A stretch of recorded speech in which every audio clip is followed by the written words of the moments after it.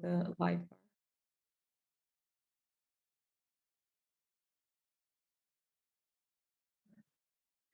Good afternoon for our colleagues in Boa Europe. tarde para os nossos colegas na Europa. It's a pleasure to be here with you here again E, bom, today. para os colegas My name is na Tatiana Europa, na verdade, é boa tarde. É um prazer estar com vocês aqui de novo.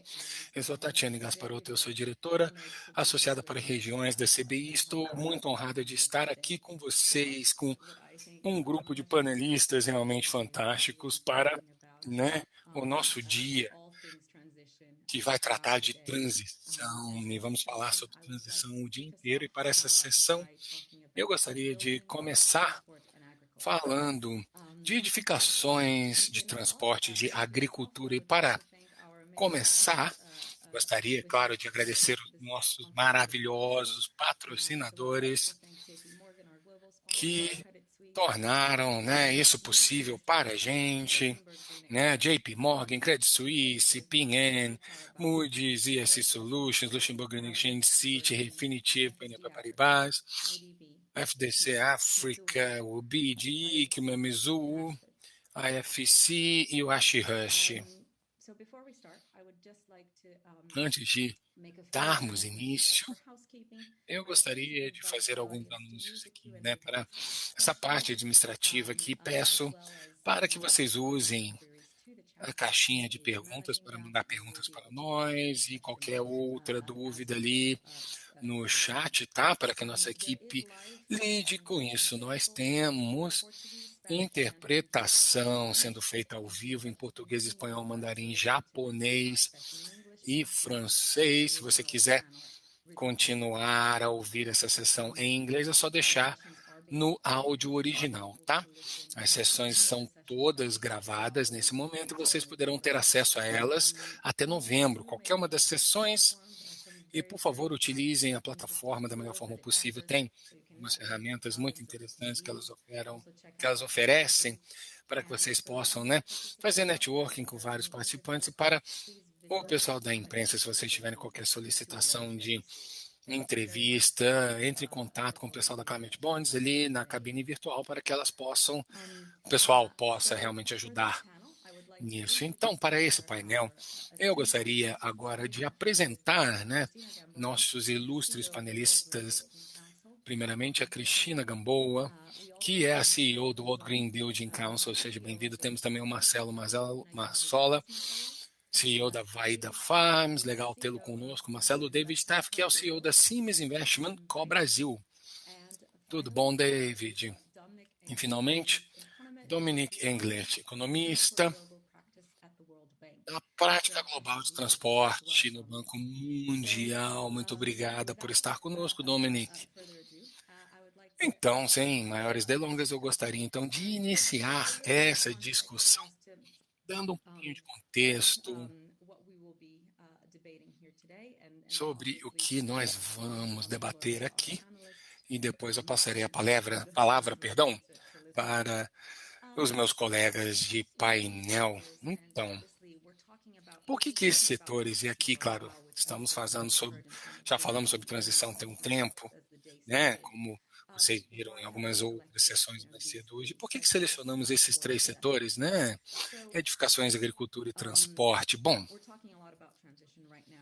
a gente tem falado muito de transição atualmente e para o número de setores é ainda uma etapa a ser seguida, digamos assim, a ser tomada, e isso vai envolver uma transformação tecnológica íngreme, e para alguns setores a gente viu que não tem um caminho claro ainda sobre a transição. Estamos trabalhando em cima disso, mas há setores que têm, né, caminhos claros, e é sobre isso que queremos falar hoje. Então, sabemos o que precisamos fazer, ou pelo menos temos uma ideia boa sobre as opções disponíveis, e é por isso e como que chegamos, né, em edificações, agricultura e transporte. Espero que tudo fará sentido enquanto, né, avançamos no nosso painel e também tendo essa perspectiva do outro lado, né, ao lado dos investidores que também é interessante e poderemos também discutir as perspectivas dos investidores mais uma vez. Eu peço para que todos compartilhem as suas perguntas enquanto, né, avançamos aqui no painel e vamos direcionar as perguntas aos nossos panelistas. Eu gostaria então de começar com o setor de edificações e Cristina, é muito bom tê-la conosco aqui.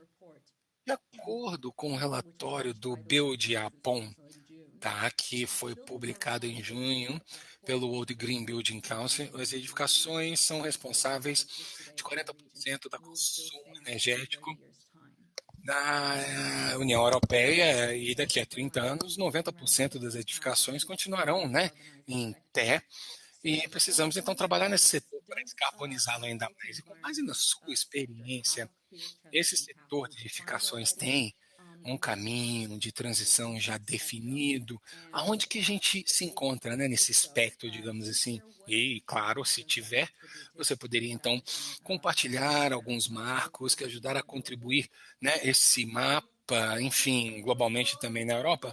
Sim, claro. Muito obrigado, é um grande prazer estar com vocês hoje. Bom, o setor de edificações e construção tem um caminho a ser achado ainda. Eu acho que a gente, né, no Conselho de Edificações Verde, temos procurado parcerias para ver como que a gente avança para o futuro, pois, né, quanto mais ciência aparece, a gente acha esses caminhos mais urgentes, digamos assim. Mas o resultado, digamos, dessa consulta e roadmap que foi incluído, tá, no caminho, digamos assim, de liquidação, até que é algo que foi discutido na ONU, nós sabemos que até 2030 precisamos reduzir as emissões pela metade nesse setor, e o marco é que precisamos começar com zero. Então, todos os novos edificações novas, perdão, e reformas precisam ter 40% menos de emissão de carbono, tá? Isso antes que, né, esse trabalho seja montado, e isso significa que essas edificações vão ter um melhor desempenho energético até 2030, e isso é crítico porque as pessoas ainda estão se organizando aqui, claro, né? Temos a meta de descarbonização de 2050, mas aí eu me pergunto, né, como é que a gente traduz isso para uma ação local? Estamos aqui com um investidor, comunidade, né, de investimento, e o setor de construção e de edificações também é um setor muito local, né? Ele não costuma estar na bolsa, isso significa que sim, temos essa grande ambição, mas como que a gente faz isso na prática? Há um enorme número de lacunas, mas somos muito pragmáticos em como nós avançamos. Você mencionou, por exemplo, aqui na Europa, né? Estamos trabalhando em 10 roadmaps nacionais de descarbonização, tá? Que será também abrangente de toda a Europa para o setor e está sendo apoiado pela Global Alliance para Business Constructions. E isso significa que nós vamos traduzir esses princípios para o que sabemos que pode ser feito hoje para a relevância de cidades, regulamentações. Então, estamos facilitando o entendimento comum de como isso pode passar também para, sei lá, esses setores. A Europa mesmo tem, né, essas edificações já existentes, e o financiamento dessas reformas também é importante para poder atingir essas metas. E aí, se, bom, a gente pensar, né, esses ativos são 50% da riqueza mundo afora, e se a gente analisa a sua carteira, a Europa, pelo menos, né, metade da nossa riqueza pessoal é investida em edificações, e quando a gente tem essas ambições climáticas, já temos essa grande infraestrutura que, obviamente, não encaixa no propósito que precisamos atingir, portanto, a gente precisa passar por essas barreiras de reforma para ter essas estratégias de reforma, né? E é por isso que está ocorrendo a nível de Europa. As hipotecas verdes são bem prósperas na Europa, agora devido ao projeto que já cobre 50%, tá, dessas hipotecas na Europa. Isso é um mercado enorme, mas precisamos de mais. A gente precisa de cada centavo gasto na infraestrutura, que seja gasto, né, nessa infraestrutura que, enfim, seja eficiente. Sim, certamente. É realmente interessante. Eu estava tomando nota de algumas questões enquanto você falava, pois é interessante ver porque tem um papel grande, né, dos investidores individuais, né?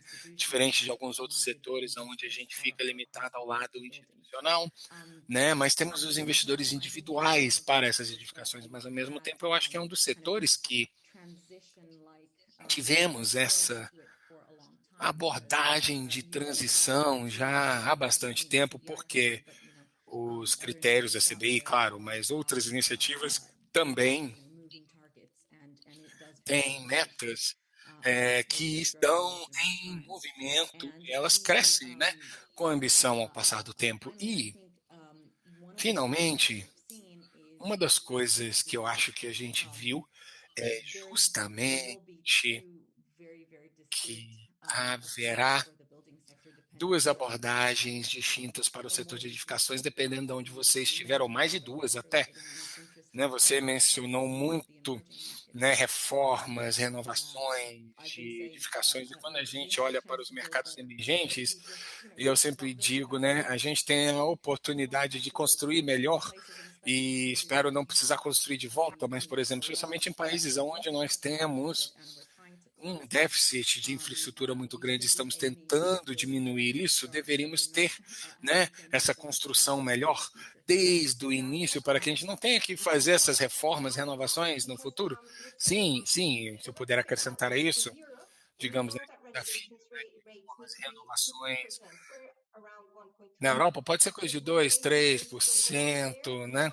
Então, se as taxas, digamos assim, né, se as renovações não ocorrerem, enfim, e o consumo energético tá desse setor é praticamente 50% das emissões globais, e isso é parte da solução também e também parte do problema. Agora, do setor nos mercados emergentes, o IFC, né, IFC, tem um relatório que diz que edificações que são eficientes energeticamente vai ter oportunidades de investimento de 1,7 trilhões até 2030. Então, precisamos ter essa ambição para 2030, pois nós sabemos que é a hora, nesse momento, da conferência para poder acelerar, né, essa janela de oportunidade, mas a gente tem que trazer a confiança para a comunidade de investimento, que isso é uma oportunidade de investimento, porque ativos de melhor qualidade terão uma melhor valorização, melhor desempenho e, claro, vai entregar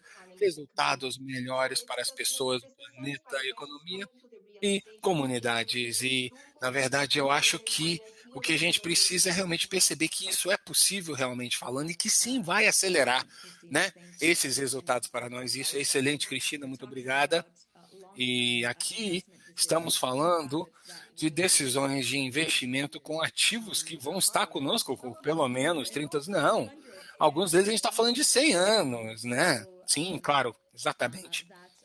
E, bom, isso é algo que eu tenho certeza que deve estar, né, na alta lista de prioridades dos investidores quando eles pensam sobre esses ativos. Então, muito obrigada. Então, quando a gente pensa em investimento de longo prazo e transição, risco de transição a longo prazo, vamos mudar aqui um pouco, falar sobre um setor que tem um impacto a curto prazo, bastante curto prazo, e diferente da maioria dos setores, de vez em quando a falta de investimento de resiliência, né? A gente vê nesse setor, e que investimento em prática de produção pode ter praticamente um impacto cotidiano, né, no desempenho, na produtividade, que é o setor da agricultura. E aqui eu gostaria de falar com o nosso colega aqui, o Marcelo. Se você, Marcelo, pudesse, né, falar com a gente do que a gente está falando quando a gente fala da transição para a agricultura. É claro que a gente tem que descarbonizar os sistemas de alimentos agrícolas e, claro, né, temos que transformar as práticas de produção globalmente para poder suprir a demanda. Então, enquanto estamos tentando mudar os padrões de consumo em alguns outros setores, eu acho que é bem claro que com sistemas de, né, agrialimento, digamos assim, que essa demanda só vai aumentar. E aonde que você acha que estamos em termos desse caminho para a transição, né, dos setores?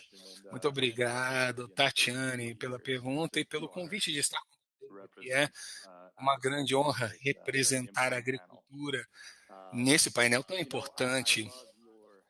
Eu adoro a sua analogia do caminho, porque se a gente olhar para o caminho da nossa agricultura, é um caminho claro, tá? Diferente de muitos setores, na agricultura, a gente realmente ver um bom alinhamento entre a conservação, né, práticas agrícolas, climate market, digamos assim, a lucratividade que torna as coisas um pouco mais fácil, pelo menos de um lado da discussão, mas certamente é um caminho longo e íngreme que nós temos, e eu acredito que o o setor agrícola está fazendo nesse momento é começar a aprender a alavancar os esforços importantes que estão sendo realizados para tentar construir alguma coordenação. E o que eu diria em relação à sua pergunta é que há muita energia, há um ritmo muito ponto, e parte disso tem a ver com o fato de que a transição é óbvia, tá? A perspectiva econômica e ecológica também, então há uma boa convergência nisso, tornando tudo mais simples. Há também a energia que vem, né, dos formuladores de política governamentais, líderes da indústria, fabricantes de equipamento, empresas de sementes. Então, muitos dos stakeholders importantes do setor agrícola já estão falando sobre agricultura regenerativa e também, né, agricultura inteligente do clima, né, a Climate Smart. Mas eu acredito que, na verdade, o desafio que temos à frente é como tornar toda essa energia maravilhosa que a gente consegue ver agora funcionar de forma coordenada. A agricultura, como sabemos, tem uma rede de abastecimento muito complexa, portanto, precisamos ter certeza que parte ou partes dessa rede precisam trabalhar de forma coordenada para poder ter consistência. Então, acho que é aí que estamos. Temos muita energia, muita vontade, um caminho claro à nossa frente, muitas oportunidades ecológicas, como também econômicas, e continuamos precisando fazer, né, com que achemos uma forma para os stakeholders-chave trabalharem juntos. E muito obrigado, Marcelo. Eu acho que, com certeza, a gente encontrou alguns desses desafios que você falou aí. A gente estava elaborando nossos critérios para a agricultura ano passado, e como você mesmo disse, nós temos, né, esse caminho claro sobre o que deveria acontecer. E eu gostaria também de um comentário, por exemplo, com relação à escala, porque muita gente, a gente ouve falar da agricultura climate smart, sabemos que tem grande êxito em alguns lugares, mas eu acho que ainda há um mau entendimento por parte do mercado, tá? Ou seja, uma imagem pré-concebida de que é tudo muito de nicho, tudo muito pequena escala, e não é o que vai nos ajudar, né, a suprir a demanda de alimentos global, etc. Mas você poderia falar um pouquinho dessa questão de escala, porque a gente está falando de alimentar 9 bilhões de pessoas no mundo, tá? E aí eu fico interessada em saber se você consegue acrescentar alguma coisa assim, Tatiane. Isso é importantíssimo, né, essa questão. Eu realmente acredito que temos algumas frutas que estão em baixa, tá? E aqui é a metáfora que eu estou utilizando, mas a gente tem várias frutas maduras já que estão no pomar. E se a gente pensa sobre agricultura regenerativa, é fácil você pensar sobre sistemas complexos, né? Aquele agroflorestamento que sempre parece ser algo mais direcionado, não, à produção de baixo risco, alto risco, enfim. Mas há tantas oportunidades diferentes, pois tem tanta coisa, né, na nossa caixa de ferramenta, digamos assim, para melhorar o impacto ambiental da agricultura. Quando a gente pensa sobre práticas de grande e pequena escala, a oportunidade está em todos os níveis. E aqui eu vou te dar um exemplo prático, tá? Se você pegar aonde nós estamos trabalhando com agricultura nos Estados Unidos, um dos problemas que qualquer produtor tem, seja ele grande ou de pequeno forte, é quanto mais compacto está o seu solo, mais difícil é a sua produção, né? E a tecnologia para você trabalhar com a compactação do solo ou ao redor disso é uma tecnologia que existe já há bastante tempo. Tem desde tratores, pneus com pouco impacto, e isso são coisas que foram já desenvolvidas há muito tempo. Tá? Então, se a gente volta para a operação prática, e aqui eu queria dar um exemplo bem prático sobre essa, né, fruta madura que a gente tem a colher, que é qualquer coisa que um produtor pode usar. Você usa um controle na trajetória, ou seja, você tem o equipamento e o trator que você está utilizando sempre nas mesmas linhas, então você não está cruzando isso no seu campo, tá? Que cria essa compactação do solo. Então, digamos que, sei lá, eu contrato alguém para vir à minha propriedade para realizar uma operação e eu não especifico o que eu gostaria de controlar, né, aqueles padrões do trânsito, ele vai meio que passar na propriedade na que ele achar melhor. E a gente supõe que isso sendo uma tecnologia tão bem desenvolvida, isso seria uma operação básica, simples, todo mundo sabe o que fazer, mas é realidade.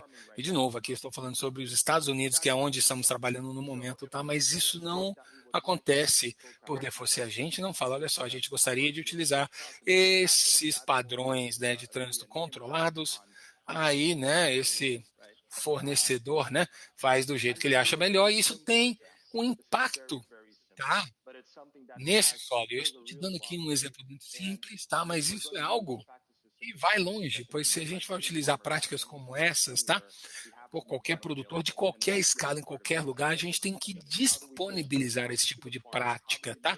Isso é outra parte de discussão, como que a gente dá acesso ao produtor a essa tecnologia, tá? Ah, sim, muito obrigada. Aí sim, eu acho que de vez em quando o mercado ele ainda não sabe muito sobre, digamos assim, essas oportunidades de custo zero ou de custo mais baixo, né, que existem na agricultura.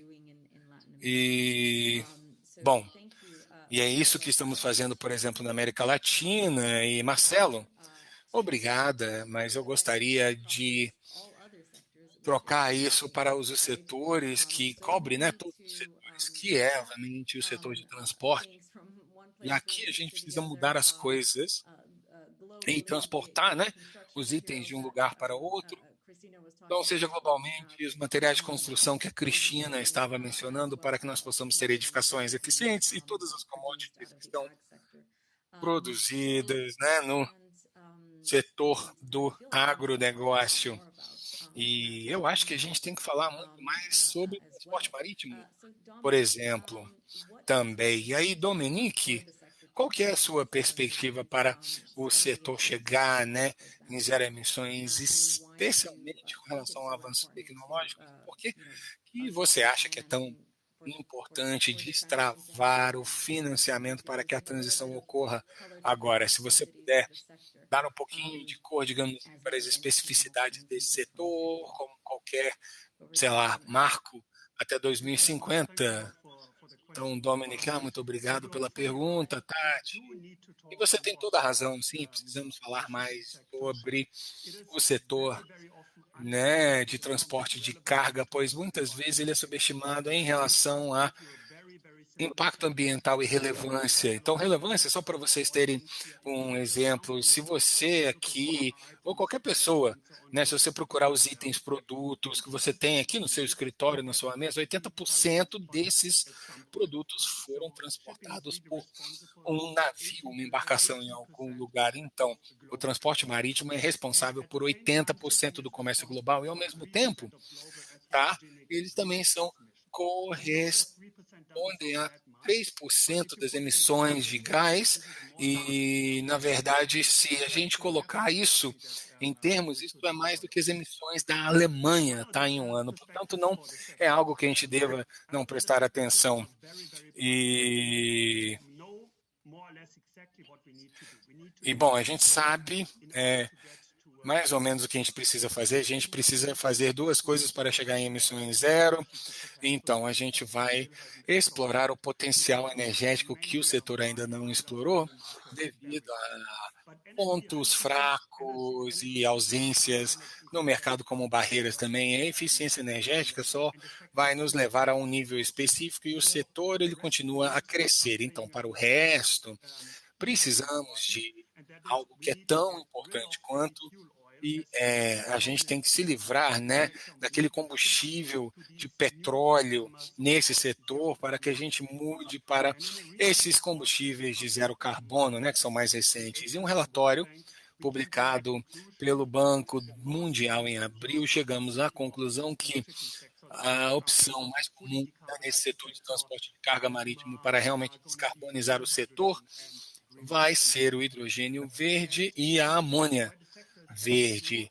E em termos para onde o setor caminha, a meta atual do setor é reduzir as emissões dos gases do efeito estufa para até 50% até 2050, claro, comparado, né, com 2000. Agora, estados estão cada vez mais pedindo para descarbonização total, ou seja, emissão zero, né, até 2050. E isso é um desafio especial, porque o problema é que embarcações têm uma vida útil muito longa. Normalmente, esses navios duram coisa de 20 a 30 anos. Tá? O que isso significa? Significa que todas as embarcações que vamos construir, financiar, enfim, e colocar na operação nos oceanos hoje, provavelmente estarão lá até 2050. E isso significa que precisamos ter essas embarcações de carbono zero,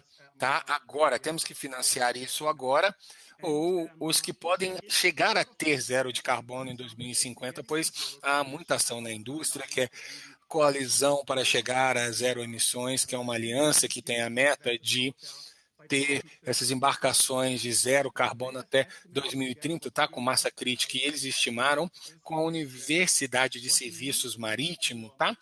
O que eles dizem é o seguinte, é que para a gente poder atingir essa transição energética para ter uma curva em formato de S nesse setor é até 2030 precisamos que 5% da frota tem que ser de combustível zero. Então, estou falando de hidrogênio e amônia verdes, como também combustíveis sintéticos e biocombustíveis. E depois temos que aumentar a escala consideravelmente, chegando a 27%, 5 anos depois e 10% depois, para 93% para que possamos chegar a zero até 2050.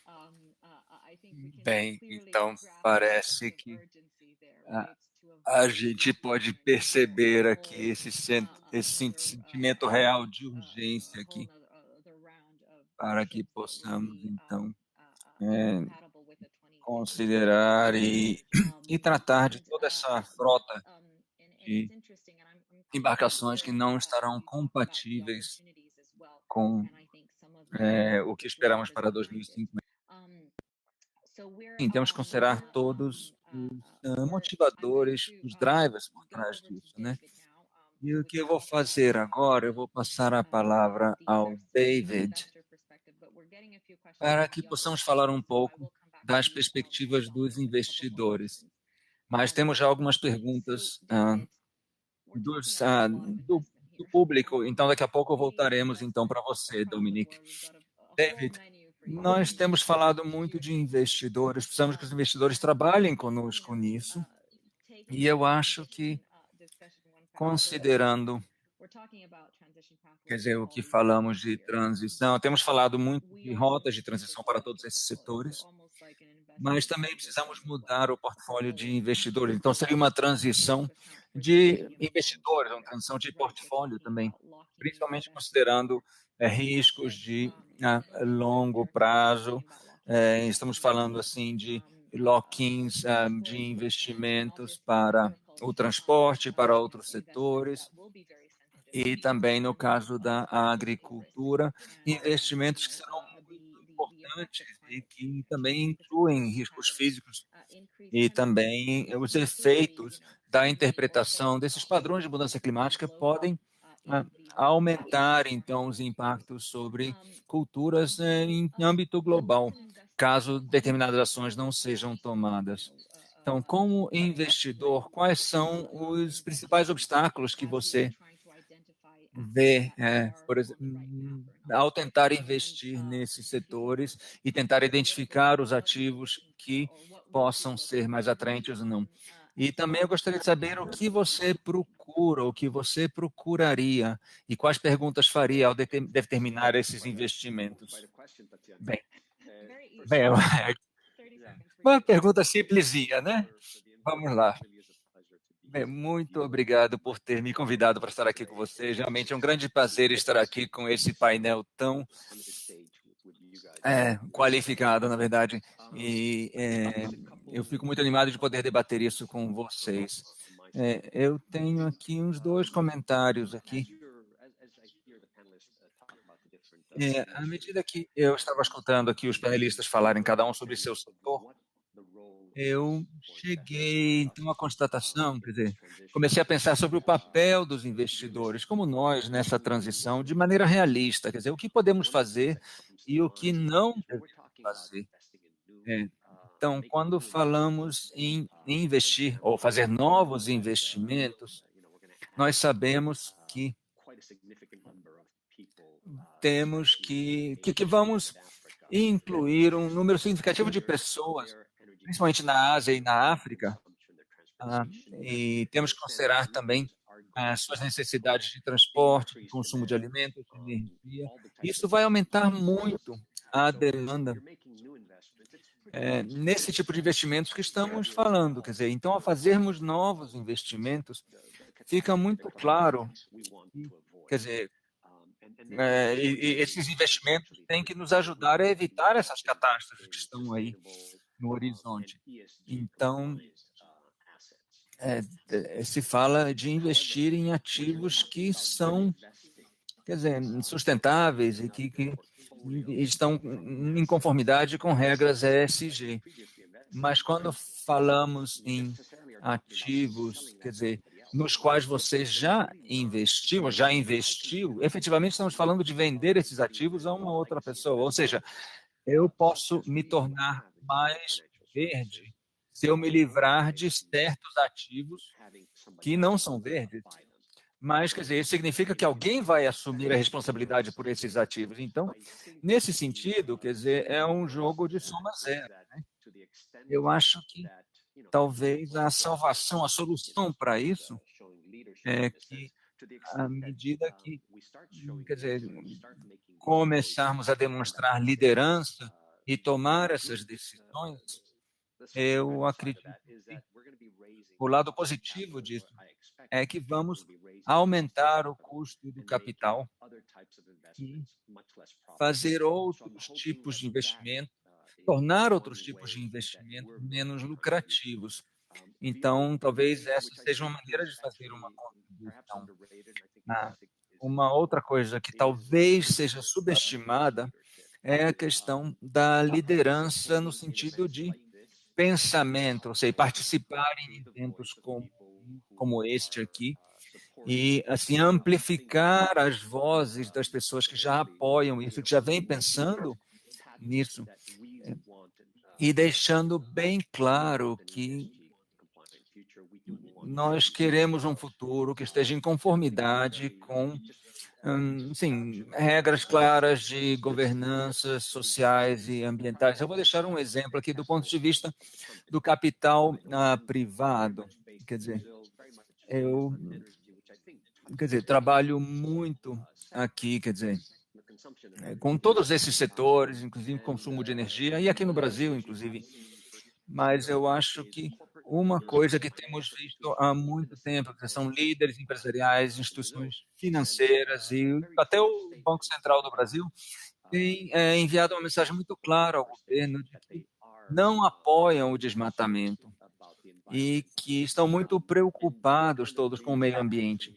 E esse tipo de ação dos líderes e das lideranças tem um efeito importante nas políticas e também acabam atraindo pessoas que querem trabalhar em setores, não somente por causa do salário que vão receber lá, mas também trabalhar em setores e empresas em que vão fazer uma diferença. Eu acho que em todos os sentidos podemos contribuir. né, de maneira talvez não tão direta, mas de uma maneira um pouco mais sutil. E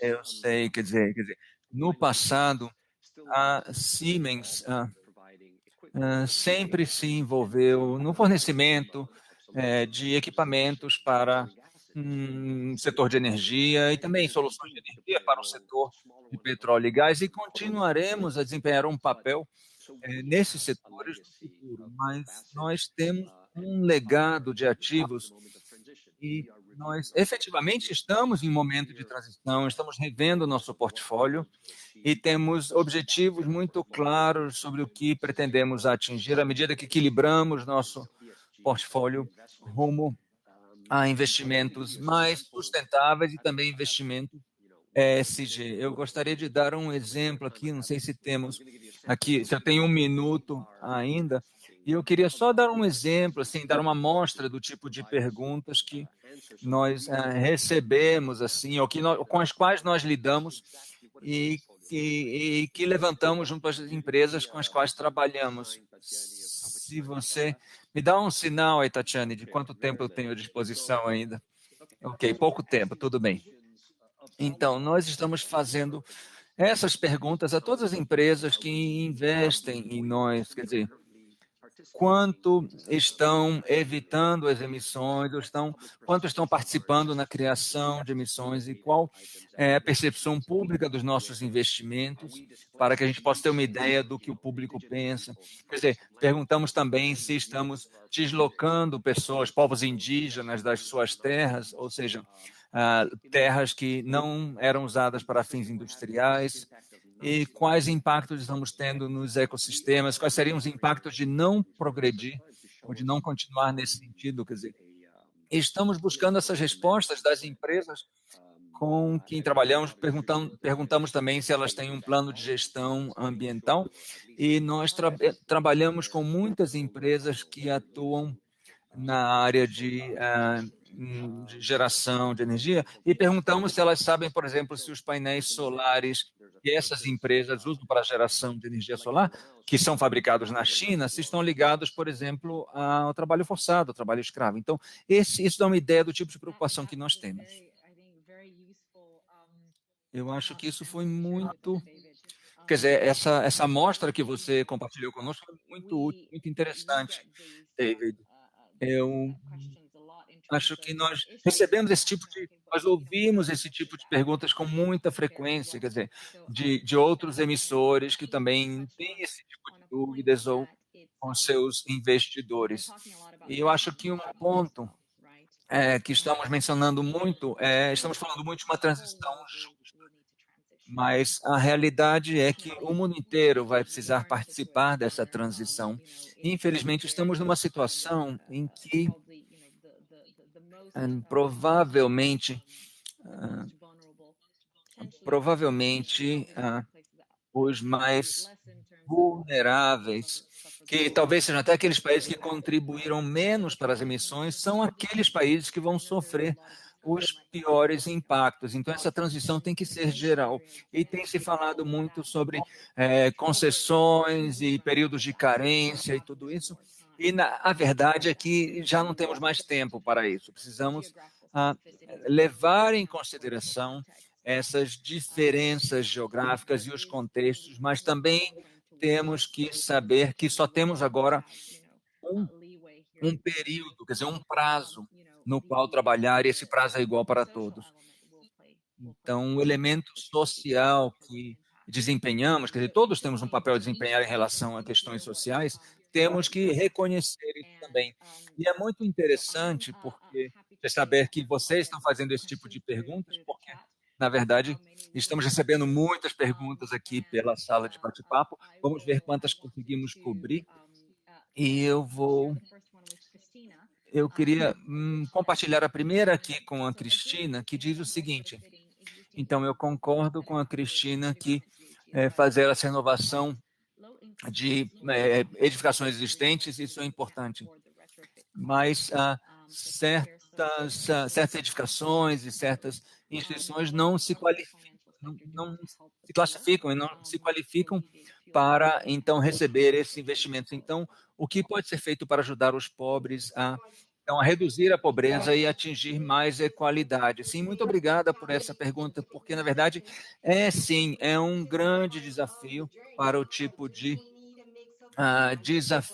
o tipo de transição que queremos. E, na verdade, precisamos, sim, de liderança governamental para poder apoiar isso. E, na verdade, temos muitos desafios diferentes, dependendo de quem são as pessoas, de quem são essas famílias. Eu gostaria de mencionar alguns pontos aqui, as maneiras como tratamos desse desafio. Na verdade, levamos em consideração diferentes tipos de famílias ou de unidades familiares e há certos tipos de subsídios que possam ser oferecidos, inclusive para a reforma de certas edificações que não que são ineficientes, mas que atendem a grupos que são menos privilegiados. Então, isso, quer dizer, em várias jurisdições, quer dizer, isso acaba por beneficiar essas famílias com renda mais baixa. Isso é um exemplo que nós temos também aqui, quer dizer, na União Europeia. Quer dizer, não se trata apenas de fazer uma transição justa. Naturalmente, isso é importante, mas nós precisamos de liderança dos governos municipais e federais para que as políticas sejam claras em relação ao rumo que queremos seguir e temos, assim, que repensar o ambiente construído, mas também fornecendo soluções de energia limpa para aqueles que precisam. Ou seja, em relação a que precisam também de serviços básicos nas suas casas. Ou seja, precisamos considerar a parte de renovação dessa equação e, na verdade, eu acredito que a vontade política já está lá, mas, na verdade, apesar de já termos essa vontade política, ainda não temos a escala de recursos suficientes para realizar essa mudança.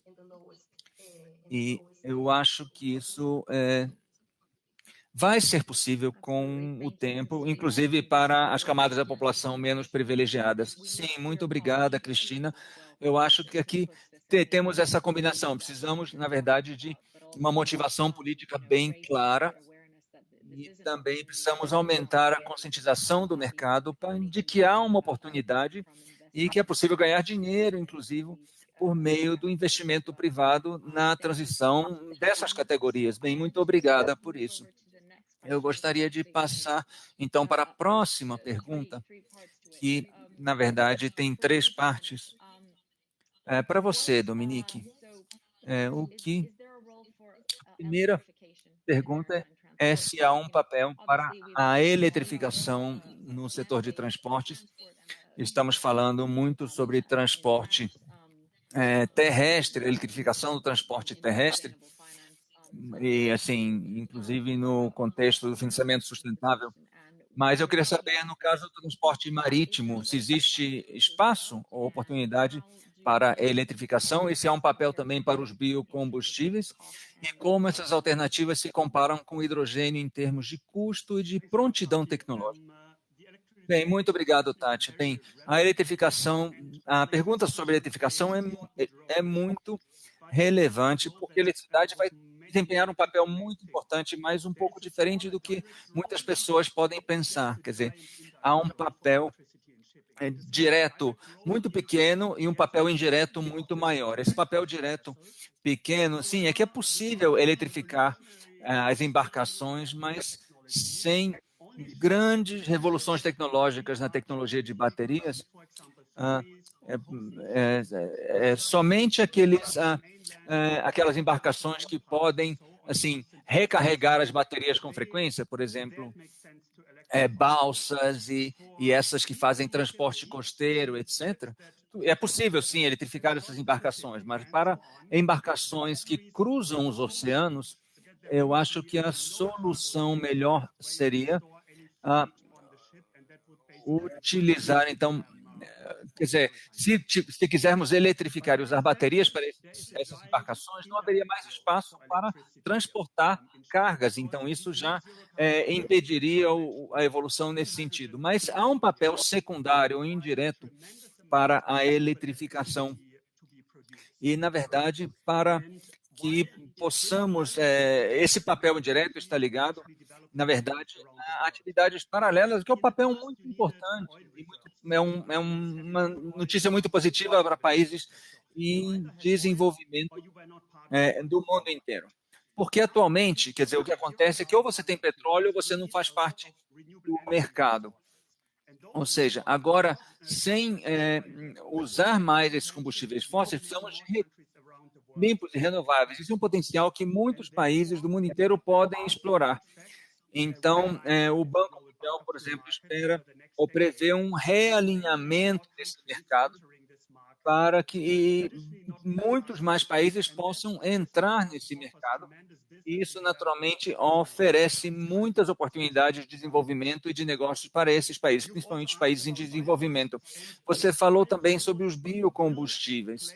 Bem, os biocombustíveis terão um papel, sim, a desempenhar no futuro do transporte marítimo, mas provavelmente de maneira menos significativa que o hidrogênio e a amônia, por um motivo muito simples.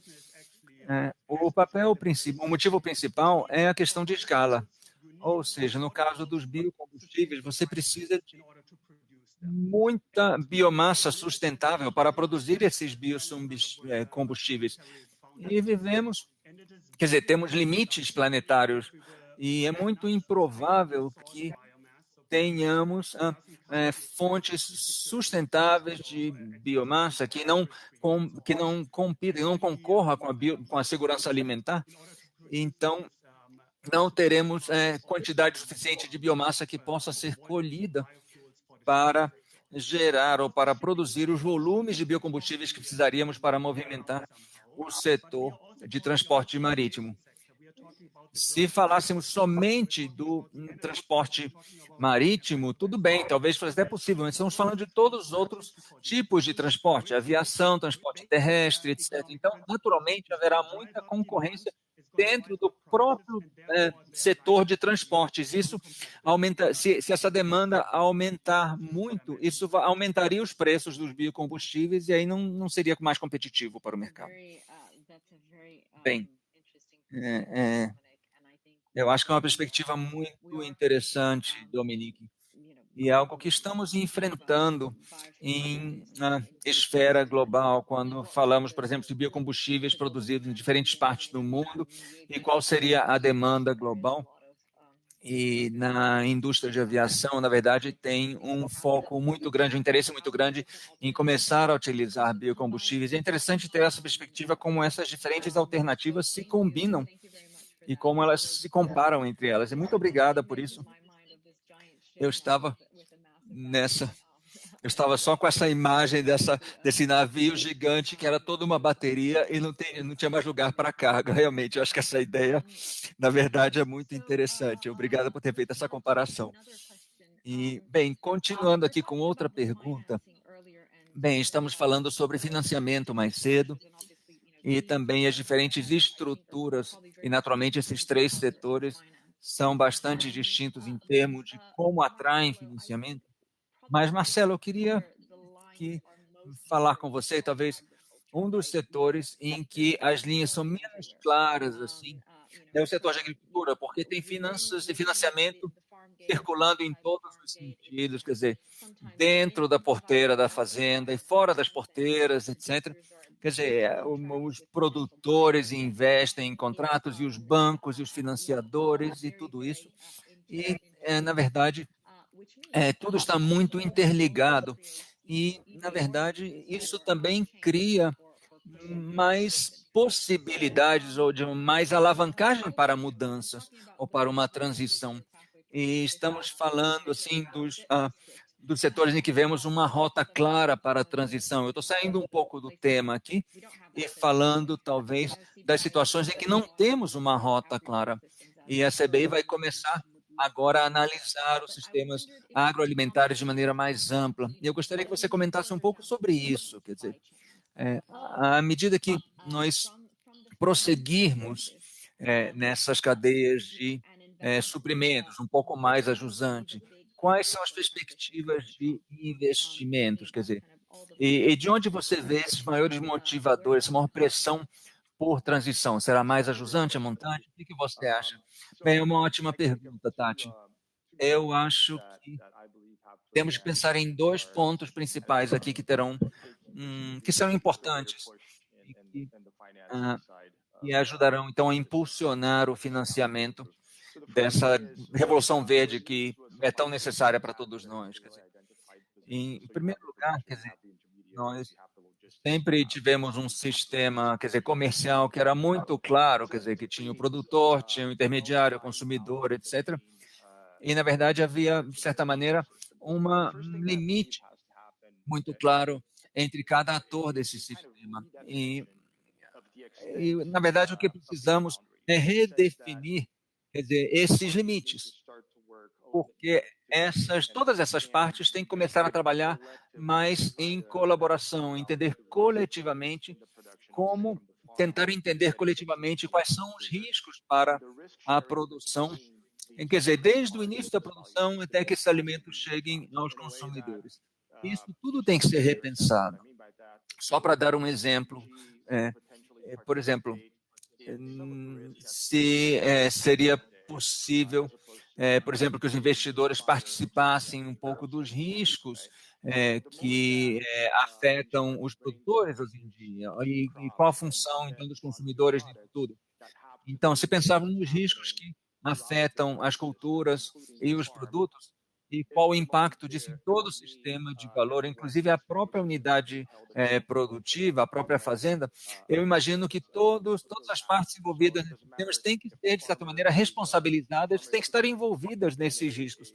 Então, se um produtor está produzindo algo de uma maneira inteligente ou inteligente em termos de clima, é importante considerar também se os transportadores, os intermediários estão seguindo os mesmos princípios. E é importante, então, que esses riscos sejam identificados e compartilhados em todo o sistema. Eu digo isso porque eu acredito que, com esse nível mais alto de integração no sistema de valor entre as várias partes interessadas, eu realmente acredito que o capital que pretende financiar essa transição vai ter uma percepção maior dos riscos envolvidos e aí vai tomar uma decisão mais embasada ao disponibilizar seu capital. E eu acho que essa mudança precisa acontecer, e isso realmente facilitaria quer dizer, os investidores, quer dizer, os detentores desse capital, em sua decisão. O que vemos ao longo dos últimos anos é que muitas empresas estão trabalhando mais, digamos, proximamente ao setor da produção, inclusive as empresas que atuariam em uma outra parte dessa cadeia, estão se aproximando mais da produção para, de certa maneira, dar um exemplo em todo o seu sistema de suprimentos. Eu acho que esse é um ponto importante, quer dizer, essa integração maior. E o segundo ponto, quer dizer, de um ponto de vista mais prático, é que precisamos entender qual é o ativo que está sendo adquirido. Ou seja, quando nós falamos muito de ativos, etc., mas, na verdade, o que importa no final do dia é que essa grande diversidade, quando pensamos em regiões diferentes potenciais, nós precisamos entender os atributos climáticos que estamos atribuindo quando pensamos no impacto do clima sobre a agricultura e também o potencial do carbono, da água, quer dizer, para cada tipo de ativo específico e também entender exatamente o que é cada ativo, em vez de considerar cada ativo como se fosse tudo igual. E aí, a partir daí, poderemos entender os impactos reais ao longo do tempo. E o que, na verdade, toca ambos os lados da minha resposta, quer dizer, é que é importante que haja mais integração, que todos os lados da moeda entendam melhor o outro lado. Bem, muito obrigada, Marcelo. Eu acho que o seu último ponto foi muito interessante, muito importante. Na verdade, tem a ver com na verdade, essa integração e os riscos, mas, quer dizer, há muitas oportunidades para todos, na verdade, quando se fala de produtividade, de ganhos, mas porque há tanta indefinição e todos esses atores são tão interdependentes e interconectados, isso significa que as oportunidades e os riscos têm que ser compartilhados, embora isso não seja, talvez, percebido dessa maneira imediatamente, mas eles são compartilhados. Então, acho que esse foi um ponto muito claro, quer dizer, a maneira como você apresentou isso, quer dizer, uma vez que essa percepção, na verdade, fica clara, isso, quer dizer, pode mudar, na verdade, quer dizer, que trata-se, na verdade, de mudar essa percepção, porque os riscos já estão lá, e a partir daí haverá essa, quer dizer, esse impulso para mudar. E muito obrigado, então, por explicar um pouco mais sobre isso. Eu gostaria, então, de voltar ao David agora. David, você,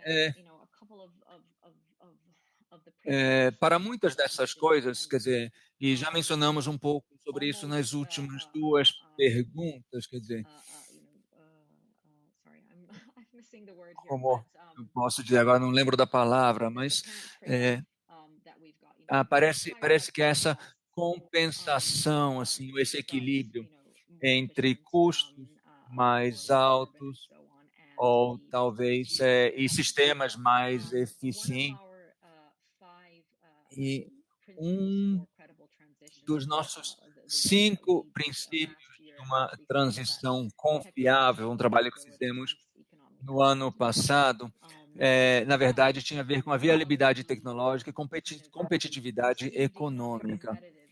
Ou seja, essa percepção de competitividade econômica, em um primeiro momento, parece não se sustentar. Quer dizer, pode ser que algo pareça ser mais competitivo em alguns países, ou em muitos países até,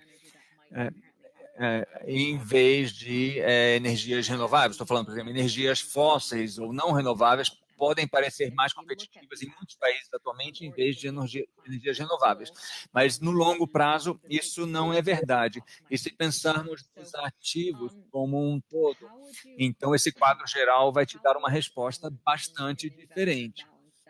Então, eu queria saber, quer dizer, como um investidor avalia e busca um equilíbrio entre essa contradição aparente entre um potencial de custos de capital mais altos e o que nós queremos no longo prazo. Bom, isso é uma pergunta difícil. Na verdade, eu acho que estamos no momento aonde não precisamos, ainda bem, ou eu pelo menos não estou tendo que enfrentar essa escolha de Sofia, pois é de fato um momento onde as energias renováveis, na maior parte do mundo, estão muito mais baratas, né? Ou seja, é mais barato você construir um parque eólico solar do que uma planta, né? Uma usina de carvão é muito mais barato. Eu acho que até para aquelas usinas já existentes de carvão, tá? Agora, o que você faz com o pessoal desempregado da usina de carvão? Como que você, né, retreina, né, faz uma capacitação deles para que eles entrem nessa transição?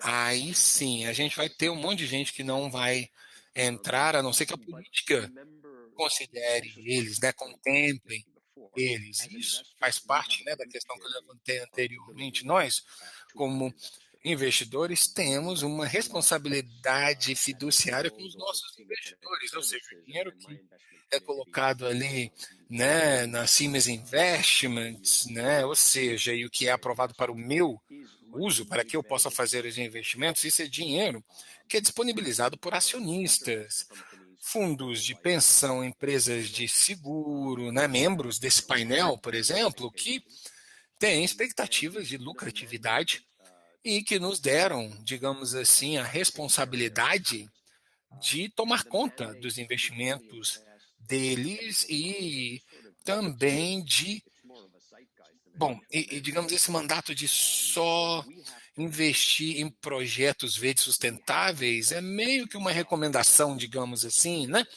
E a gente tem que investir em projetos que suprem esses critérios. Primeiramente, lucratividade, porque senão, né, a gente perde, né, o nosso cliente, digamos assim.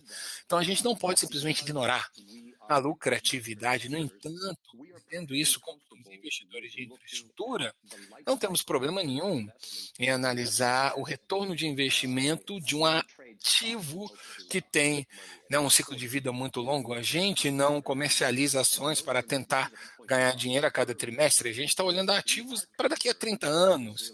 E isso é importante por quê? Porque a gente está, sim, preocupado sobre a resiliência desses ativos e o desempenho deles ao passar do tempo. E uma das considerações é, se você tem uma participação, né, numa usina de gás térmica, como a gente tem na nossa carteira, a gente precisa decidir se a gente vai sair, né, vender esse investimento e reciclar o nosso capital para investir em o que nós fazemos. Isso que é na verdade o que vamos fazer, tá?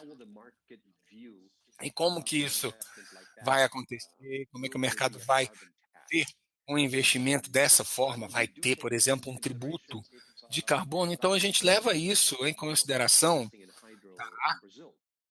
quando, por exemplo, a gente analisa o investimento em fontes hídricas no Brasil, tá? E uma preocupação verdadeira agora é o que está acontecendo com o padrão de precificação, como que isso vai mudar, e alguns desses investimentos eles vão se tornar não viáveis. Então a gente leva, claro, esses pontos em consideração, mas a gente não pode entrar no investimento e decidir que nós vamos aceitar menor lucratividade, porque eu tenho também que suprir, né, as metas que foram passadas para mim. E se eu tiver mais um minutinho, sim, beleza. Mas assim, dito isso, dentro desses três setores, e a gente pode falar um pouco mais sobre isso em uma outra pergunta, mas dentro desses três setores eu vejo oportunidades muito atraentes, mas eu acho que tem um grande papel, pois algumas oportunidades não são tão atraentes quanto elas aparentam. Eu acho que há um grande papel para o governo, né, para as políticas públicas a desempenharem, que é o que o Dominique estava falando, né, biocombustíveis e até solar.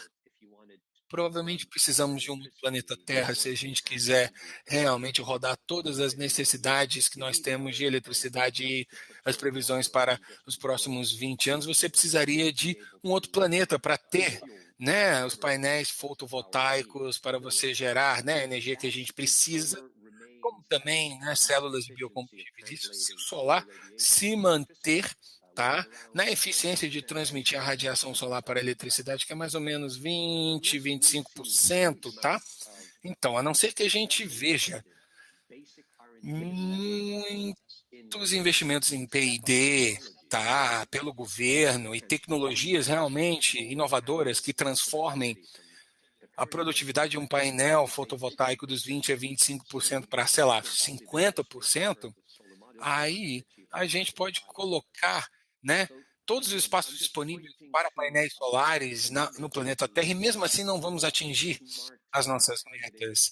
E estou só tentando apontar aqui os limites, né, que o investimento, digamos assim, Smart Climate consegue fazer, pelo menos do lado privado da história, né? Obrigada, David. Realmente, com relação à sua questão anterior, eu acho que claramente você está analisando, né, a vida útil do ativo, o que é aquele planejamento a longo prazo.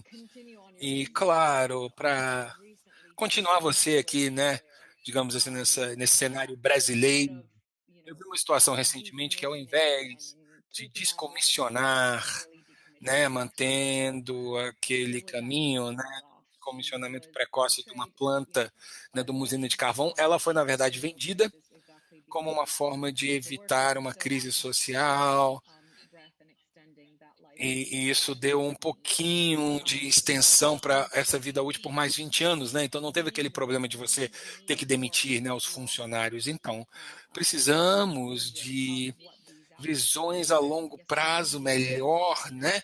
Sobre o que esses ativos vão fazer. Teremos que tomar decisões e teremos que também mudar, né, o propósito desses ativos do lado social. Temos que avaliar a questão do emprego, sim, com certeza, mas acho que ainda precisamos ter aquele efeito multiplicador de ter, né, essa visão holística de longo prazo, porque eu vou dizer que não é transversal ainda, especialmente em alguns dos lugares que eu estou analisando, mas muito obrigada e realmente muito obrigado por ser esse multiplicador, pois eu sei que você é, e eu sei que é exatamente isso que a gente precisa, né? Que é ver essa visão inteira, geral, e isso é a parte racional por trás, né, dessa pergunta. Então, muito obrigada, David, por isso. Dominique,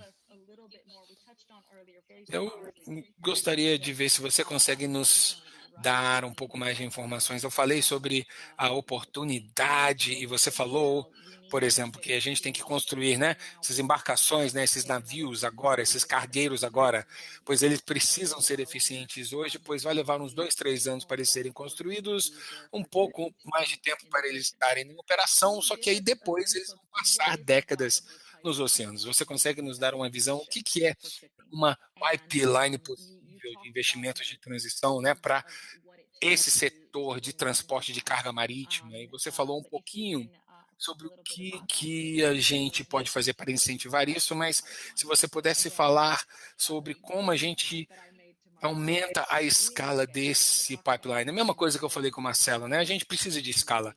Estamos falando de trilhões e trilhões e estamos falando de transformar, né, um setor, uma indústria. E o que você acha que vamos precisar para atingir tudo isso? Ah, muito obrigado, Tati. Como eu falei já anteriormente, há cada vez mais negócios progressivos, né, de embarcações que estão realmente pedindo descarbonização total até 2050. Nós temos uma coalizão que vai publicar uma chamada para ação para mais ou menos 200 empresas de transporte de carga durante a Assembleia Geral da ONU, que ocorre daqui a 2 semanas, realmente convocando, digamos assim, a Organização Internacional Marítima para revisar as metas, falando que a gente não precisa de menos 50% até 2050, mas sim descarbonização total. E uma das empresas que anunciou uma meta dessa é a Maersk, há uns 3 anos, que é uma empresa de transporte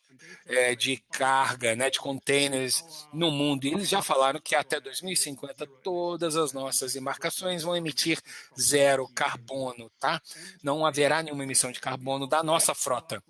E eles estão seguindo com ação, tá? Depois há 2 semanas, eles pegaram 3 embarcações deles que iam rodar em metadono e eles já começaram a investir alguns milhões de dólares nessas embarcações. E eu li uma entrevista do presidente da Maersk pedido para que os combustíveis fósseis para navios serem proibidos no futuro. Então há uma força assim na indústria. E tem um pequeno pipeline que já existe. E eu diria que isso cresce semanalmente com cada vez mais projetos, tá, nesse pipeline. Agora, para dar uns outros exemplos para vocês, 2 grandes fabricantes de navio MAN, estamos falando da Dart's, e eles anunciaram que até 2024 você vai ter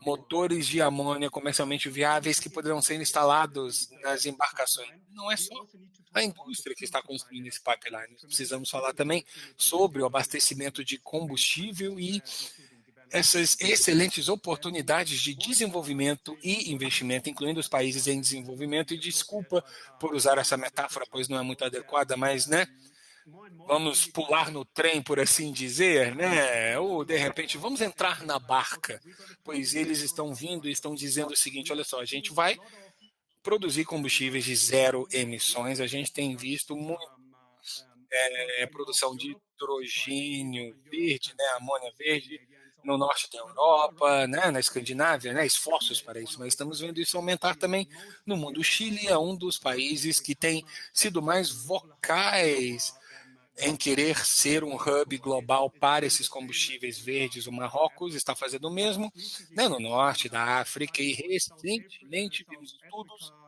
na África do Sul, também para esses combustíveis verdes, na Indonésia e também no México. E o que é importante é que precisamos escalonar esse pipeline e trazer esses projetos para a escala industrial, pois eles não são mais nicho. Precisamos, né, que eles entrem realmente naquele fluxo principal do setor e precisamos mencionar isso desde o início e temos que reduzir o risco para esses primeiros, para que realmente seja interessante para eles o máximo possível. Isso pode ser feito por meio de duas coisas. Primeiramente, o governo pode apoiar os projetos de demonstração, os projetos pilotos, com subsídios diretos, incentivos fiscais, garantindo que eles consigam acelerar todo aquele processo burocrático, né, para as licenças necessárias, que eles forneçam garantias de risco, né, para esses projetos. E, ao mesmo tempo, a indústria pode fazer o mesmo, pois eles podem avançar. Tá? A gente vê aonde há contratos, né, de transporte bem longos para, né, esses navios para poderem, né, transportar mercadorias pelo mundo. Eles têm um contrato longo onde o dono do navio ele meio que serve isso para você como se você tiver uma garantia compensatória. Então, por exemplo, se você rodar em combustíveis verdes, a gente fecha esse contrato de 15 anos com você, digamos assim. E a gente vê isso também de empresas varejistas, ou seja, elas que são quem lidam com o consumidor final, elas estão cada vez mais abertas a pagarem um prêmio, né, para um produto zero de carbono, onde ele pode alegar também que foi transportado sem emitir carbono no mundo. Por exemplo, a IKEA está muito interessada em poder oferecer para os seus clientes, né, móveis zero de carbono, que talvez tenha sido produzido em uma parte do mundo, mas foi transportado, perdão, sem emitir nenhum gás do efeito estufa, né, na Terra, levando isso para o consumidor final. E muito obrigada, Dominic. E eu acho que os seus comentários tiveram reações imediatas do David. Eu acho que ele vai responder essa pergunta que eu ia fazer a ele. E, bom, David, vamos lá então, faça o seu comentário. Obrigado, Tatiane. Eu queria apontar um ponto que o Dominique levantou, que eu acho que é realmente muito importante para o nosso entendimento de como conseguimos destravar, né, desdatar esse nó, digamos assim, de marinheiro, né? O que vem antes, né? O investimento, a transição, enfim. E essa parte de redução do risco é muito importante, pois se a gente olha para o hidrogênio, é muito importante, né? Vai ser uma transformação muito grande para o Marcelo, né?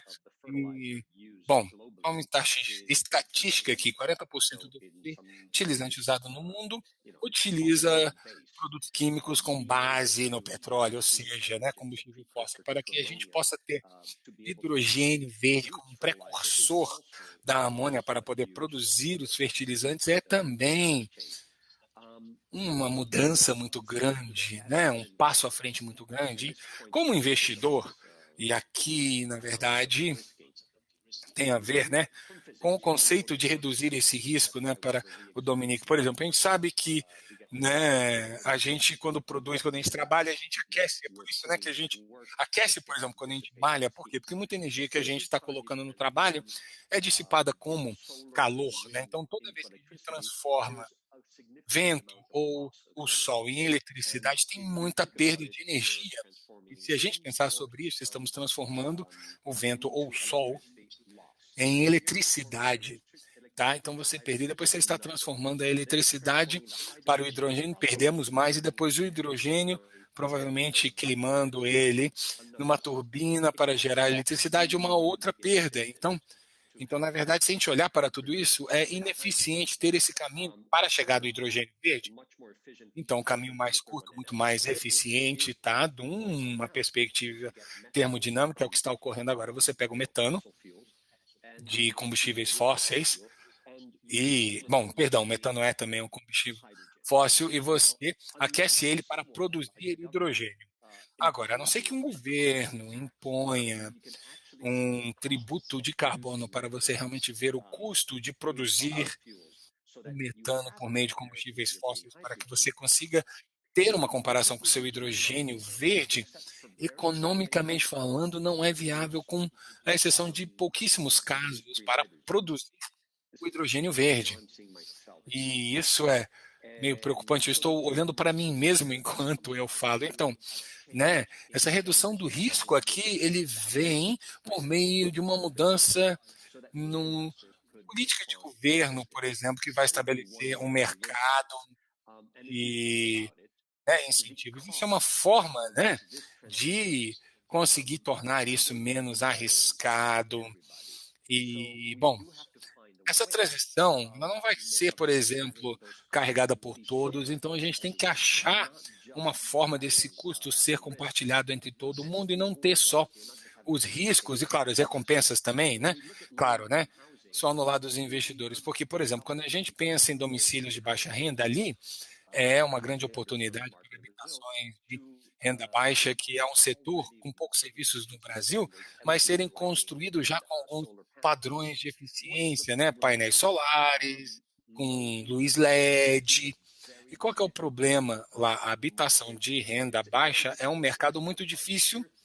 Na verdade, é uma contraparte muito difícil, porque se você está pensando em financiar algo que depende em fluxos de renda baixo, isso é um risco que você está correndo muito alto, a não ser que o governo entre para fornecer ou compartilhar um pedaço do risco, senão o tipo de taxas que você vai cobrar para o investimento que vai pagar, né, as taxas e não tem uma renda muito alta, isso vai tornar esse investimento inviável, ou então o governo, né, entra no jogo e vê uma forma de fornecer o mercado com informações que não temos hoje, por exemplo. Então, muitas dessas populações de baixa renda não têm históricos de crédito, mas eles pagam regularmente as contas deles, mas essas informações não estão disponíveis para os investidores. E são informações-chave. E se você tornar, disponibilizar essas informações, seria um incentivo, na minha opinião, uma política para reduzir o risco de um investimento como esse, por exemplo. Muito obrigada, David. Realmente, acho que isso nos leva, né, a uma pergunta para a Cristina, que provavelmente vai ter uma reação nessa última questão aqui da habitação. Bom, temos uma pergunta que veio aqui para você, tá, Cristina? Você pode pensar sobre isso na questão. Perdão, né? Bom, nós temos essa neutralidade de carbono e tem uma força de risco no carbono e, na verdade, o que o Green Building Council, né, tem pensado para lidar com esse desafio? Bom, o trabalho, tá, que a gente faz é que é uma rede de conselhos de edificações verdes. E a razão que eu estou falando isso é que no Swapcard eu tenho várias pessoas querendo investir.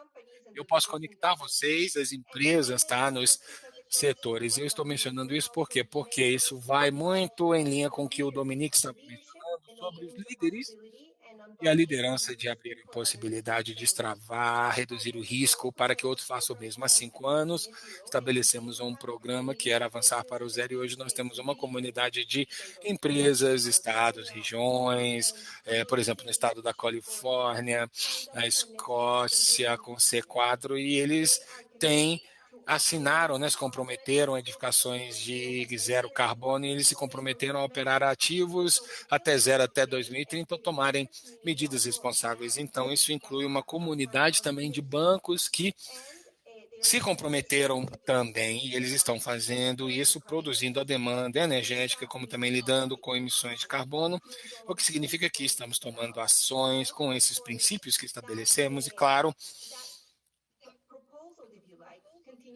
e essa proposta, ela continua a ser refinada há 3 anos. O carbono operacional, como eu falei na introdução, 38% das emissões, né, de gases do efeito estufa estão relacionadas ao desempenho, né, de edificações e desses 38%, quase 10%, né, é essa pergunta, né, que veio da plateia. O que a indústria está fazendo sobre isso? Temos um relatório de 2019 que, né, fala sobre isso e atualmente o compromisso, tá, da UBC do mundo foi passou por um upgrade para uma comunidade com 30, 40 empresas, regiões, estados, e chegamos então, né, para essa abordagem, né, do carbono para 2030. O que queremos dizer com isso? É que os edifícios mais sustentáveis é aquele que já existe, edifícios que já, né, estão construídos. E aí, para você fazer esse embode do carbon, significa que você tem que reduzir essa contabilidade para ter menos impacto no meio ambiente, para poder projetar tudo que vai ser construído no futuro de forma melhor para lidar com as emissões, né, das construções, vinculando isso à eletrificação do transporte, que é algo crítico também, e a indústria precisa ser responsabilizada dentro da cadeia de valor, tá? Ou seja, estamos trazendo isso para a conversa e isso é algo que vai gerar, né, um sinal urgente de demanda para as cadeias de suprimento e os investidores para que eles possam ativar o financiamento para descarbonizar todas as indústrias relacionadas. E nós agora sabemos que emissão zero é uma das maiores oportunidades de negócio dessa década. E aqui, né, a gente tem que pensar que não sabemos que essas soluções de baixo carbono temos que dar melhor acesso para eles. Muitos precisam de muitos investimentos, vão criar mais mobilização nessa indústria e os consumidores serão mais sensíveis de terem, por exemplo, uma expectativa melhor, né, de desempenho. E esse budget, na verdade, quando essas emissões eram um ponto cego da indústria, estamos agora trazendo isso para frente, para o centro, e na comunidade, né, de edificações está agindo nisso. Temos portfólio de descarbonizando, temos cidades que estão fazendo isso por meio de compras, tem países como a Escócia que estão estabelecendo um ministério de emissões zero para lidar com a infraestrutura. Então, eu acho que isso é uma transição por si só e é o futuro para a indústria. Então, temos muita transparência que precisa ocorrer, como também, né, declarações ambientais abertas, também muita prestação de contas, concordar em conjunto de dados e ser transparente. E, claro, né, enquanto a indústria consegue divulgar essas informações, a gente consegue proteger aqueles dados, né, e conseguimos, então, garantir que os mercados de carbono e toda essa comercialização que vai ocorrer, eu acho que, né, temos essas práticas de carbono que podem realmente permitir a transparência e os negócios que vão continuar nessa direção. E eu diria que se os negócios não estão se adaptando, finalmente, quando a política realmente entrar em ritmo, não estarão prontos para operar nesses novos níveis de expectativa. Então, enquanto criamos uma boa jornada nesse caminho juntos, nós podemos trazer essa realidade da transição e podemos então ter a conversa de como que a gente pode fazer isso e levar isso usando, né, o setor de transporte e não ficar atrás dessa mudança no futuro. E aqui, se eu puder usar mais um minutinho, habitação, descarbonizar edificações não é intenso de tecnologia, essas ações de clima muitas vezes é bom senso, né, na sua decisão. Por exemplo, fazer um design simples, passivo, que são responsáveis para a habitação, né, acessível, isso pode criar um domicílio que é confortável para os usuários e, claro, podemos deixá-las prontas, né, pois as famílias crescem, aumenta a sua capacidade de renda para que digamos, essa unidade seja de emissão zero, ou seja, pode ser um investimento adaptativo, ou seja, podem ser útil para as famílias enquanto elas crescem, para que não tenhamos ativos padronizados em alguns momentos do ano, e isso termina ajudando, né, as pessoas, o planeta, tornando isso uma oportunidade de investimento viável. Muito obrigada, Cristina. E muito obrigada, né, por tantas informações. E, bom, eu gostaria então de compartilhar uma última pergunta com o Marcelo, e aí vamos ter que concluir em 5 minutos. Marcelo, quais são essas frutas, né, maduras na agricultura que você mencionou, mas eu acho que a segunda parte da pergunta que é como que a produção focada nisso vai nos levar.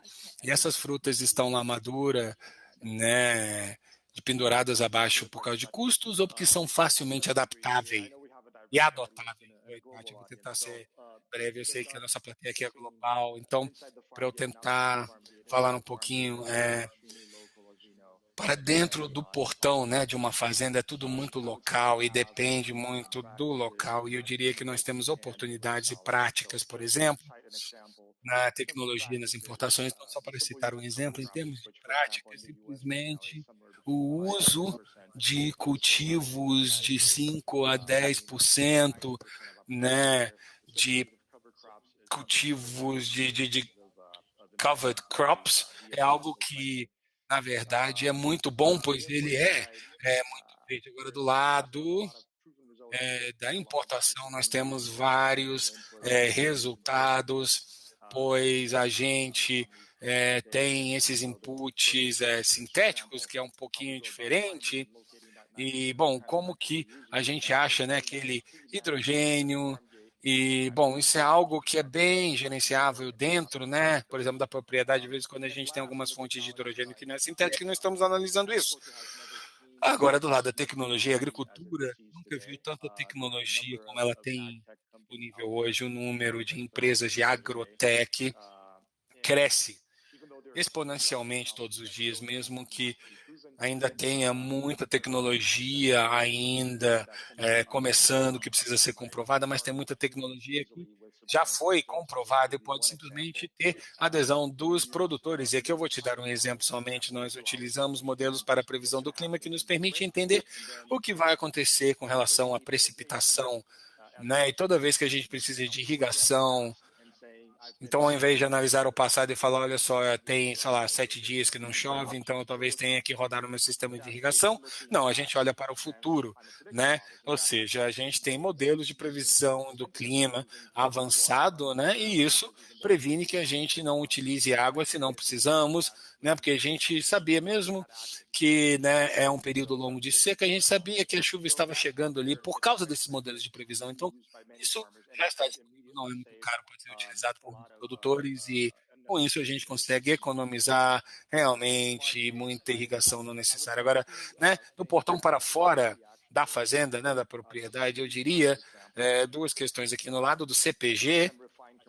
Eu acho que a gente pode refinar os modelos comerciais, né? Eles podem ser reprojetados de forma que os CPGs e as outras pessoas que estão interessadas, por exemplo, em comprar os produtos, né, da colheita, que eles consigam compartilhar o risco que vem, né, com essas políticas. E no curto prazo, nós sabemos que isso daqui a uns 2 anos vai ser bom para todo mundo. Então, digamos que um produtor numa rede de abastecimento começa a adotar práticas de, sei lá, regenerativas, e eles talvez tenham, né, um aumento de investimento no início, e aí, por exemplo, o fazendeiro fala para você, olha só, eu te pago um pouco mais se você tiver uma produção assim, devido àquele primeiro ano de transição, e vamos compartilhar esse risco com você, sei lá, nos próximos 3, 4, 5 anos, para que isso vire um processo de longo prazo.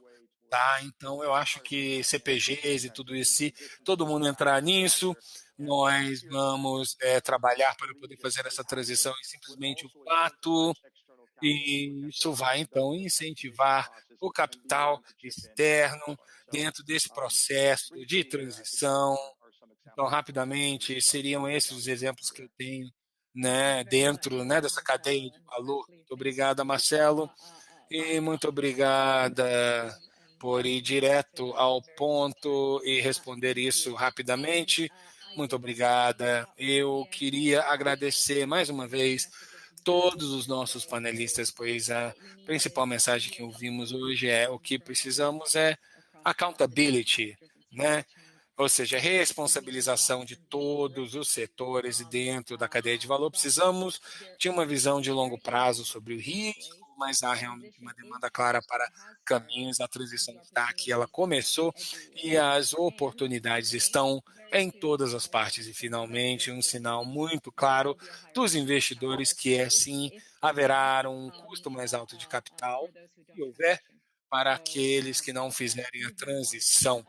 Então, eles foram avisados, basicamente falando.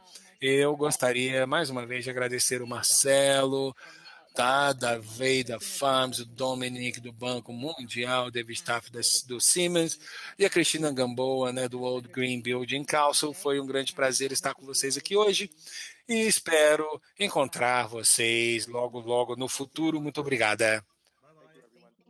Everybody. Bye bye.